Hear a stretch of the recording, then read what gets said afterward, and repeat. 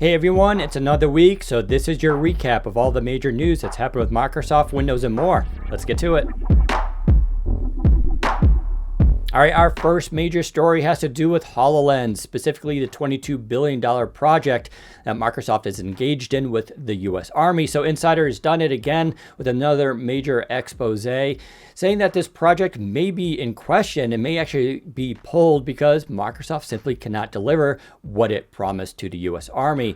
Apparently, Microsoft is ready to ship STP-5 or Soldier Touchpoint 5, which is the fifth version used by the U.S. Army for internal testing, and expectations are not very good for it. Now, HoloLens for the U.S. Army is supposed to go into field testing later in May, but they are apparently behind schedule with apparently issues with devices reliability and its performance in low light environments. And Microsoft does not sound like it's too keen on its prospects for this project. We'll have to see if Microsoft can recover from this, but this is just a string of bad news that's coming out regarding HoloLens, which seemed to be on such good footing a few years ago and is now, well, it's fighting for its life apparently, as we're not apparently getting a HoloLens 3, at least anytime soon. We don't know about a consumer version. They are doing something with Samsung, which seems to be somewhat related, but not directly related to HoloLens. So I don't know what's going on over there at Microsoft, but we'll have to wait and see and continue to follow this story. All right, next up is Surface Hub 2S. Specifically, its brand new $800 webcam that was announced by Microsoft this week. So this camera has a 12 megapixel sensor and is powered by AI. So it's going to do all sorts of cool things like zoom in and out on people when they're talking automatically, and it'll do cropping, and it does wide angle, it auto adjusts the brightness. So basically people don't need to manage the camera during a meeting. Everybody can just sit back and talk at the screen. Now Surface Hub has actually been a pretty big seller for Microsoft, as it was reported a few years ago that they have a tough time keeping up with demand. Now don't worry, if you buy a brand new $22,000 Surface Hub 2S, you get the camera for free.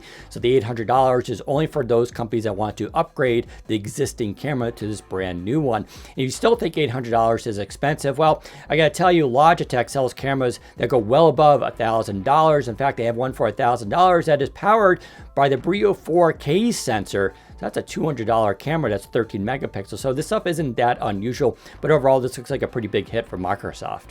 All right, call it an ad or call it a promo. Either way, Microsoft found itself in some hot water this week with a recent Windows 11 Insider build. Turned out a few users actually saw in File Explorer under the Documents folder a little pop-up window that was advertising Microsoft Editor, specifically that it exists, and maybe you want to try it if you're going to be working on that document. Personally, I don't really have a major issue with this, as a lot of companies do this to educate customers that something exists. Samsung definitely does this on its Galaxy phones.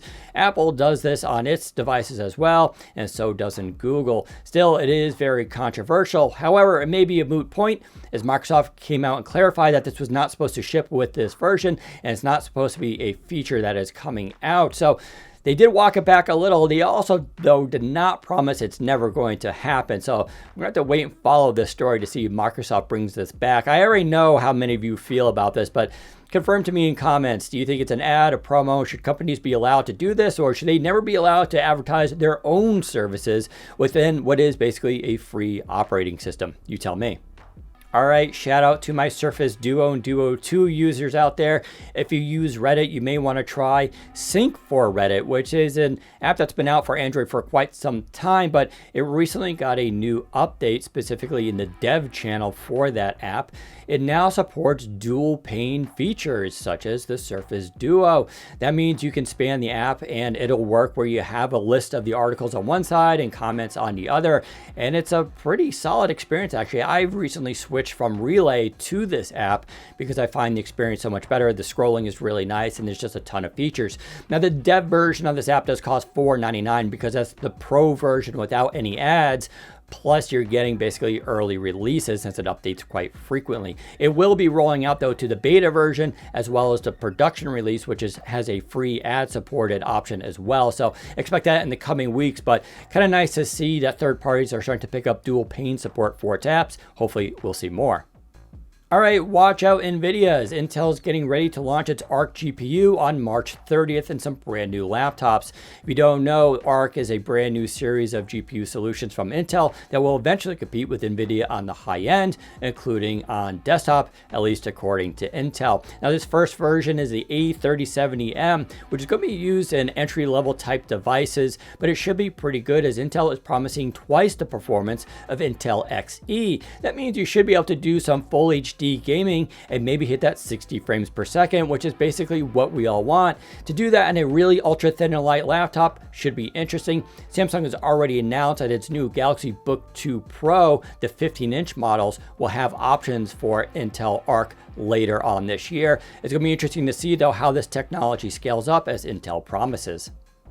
Finally, if you're looking for a new laptop, and speaking of Samsung, they just announced pre-orders for the new Galaxy Book 2 series, including the Book 2, the Book 2 Pro, and the Book 2 Pro 360, which are available in 13 and 15-inch varieties, although all of them are not available currently for this pre-order. There's even a 5G 15-inch version coming later, and one's coming with Intel Arc, so keep an eye out for those. But what makes this pre-sale kind of interesting is if you pre-order one of these laptops, specifically the Pro version, you're going to get a free 32-inch gaming monitor with a 165Hz refresh. Sure, it's only a full HD display, but a full HD 32-inch monitor that's free, value is around $350. Hey, I'll take that any day. I think it's a great option to have with these laptops, which do look pretty solid. Of course, when we get our hands on these laptops, we'll give them a full review and tell you what we think. All right, so that does it for this episode. Thanks for tuning in. And don't forget to check out our new series called Let's Talk, where Zach Bowden and I go back and forth about various topics. This week, we're talking about Surface Duo 2 and whether or not we actually think it's ready and that Microsoft has done a good job in updating its software. So tune into that. Otherwise, I'll see you next week. Take care, everyone.